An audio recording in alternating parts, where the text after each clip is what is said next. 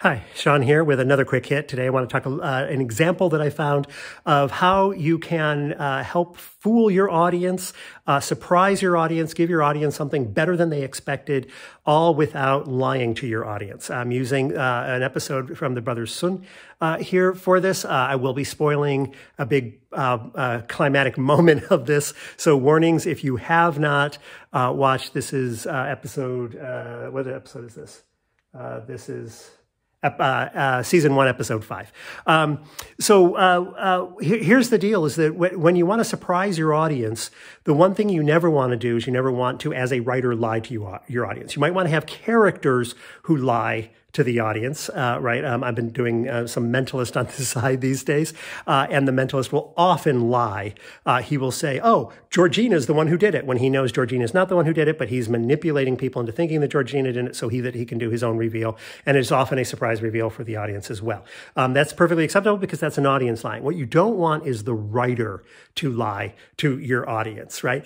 You don't want to tell them, oh, by the way, he is completely unrelated to these people. He's never seen them before. As a writer, make it very clear and then reveal at the end. It's like, ha, I lied to you. He really was, right? You as a writer don't get to lie. So what you want to do is you want to surprise your audience by letting the audience lie to themselves, letting the audience assume something that you're not telling them, or you're telling them in a way that you mean one thing and the truth is something else, right? And let them make the assumption. There's a great example here in this episode. Bruce.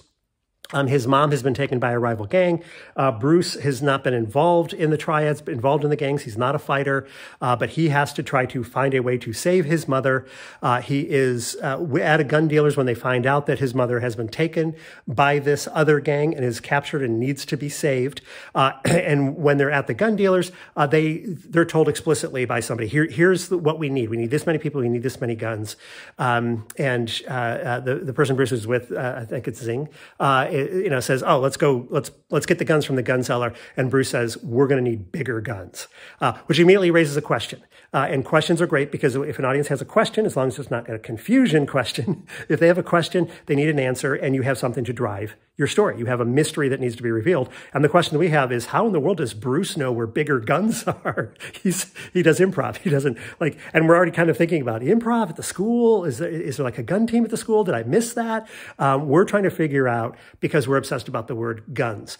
So then when Bruce does show up, Bruce walks into the room, and he, his mom is like, what are you doing here? You're not supposed to be here. And he walks in with the aunties.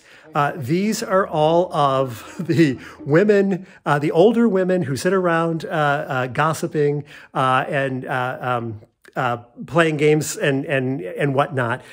They know everybody. They're the old ladies. There's no way a gang member is going to shoot them. One of them even says in walking in is like, oh, I know your mom. She'd be so ashamed of you, right? So he's brought in the moral bigger guns as a way of saving his mother. So he didn't lie. He's bringing in the bigger guns. We lied as an audience to ourselves, or we misled ourselves. It wasn't a lie. We misled ourselves into thinking the only solution in this kind of a movie has to be violence. So he must be talking about actual guns and not something different. And therefore, we're very surprised when he walks in, delighted in a way.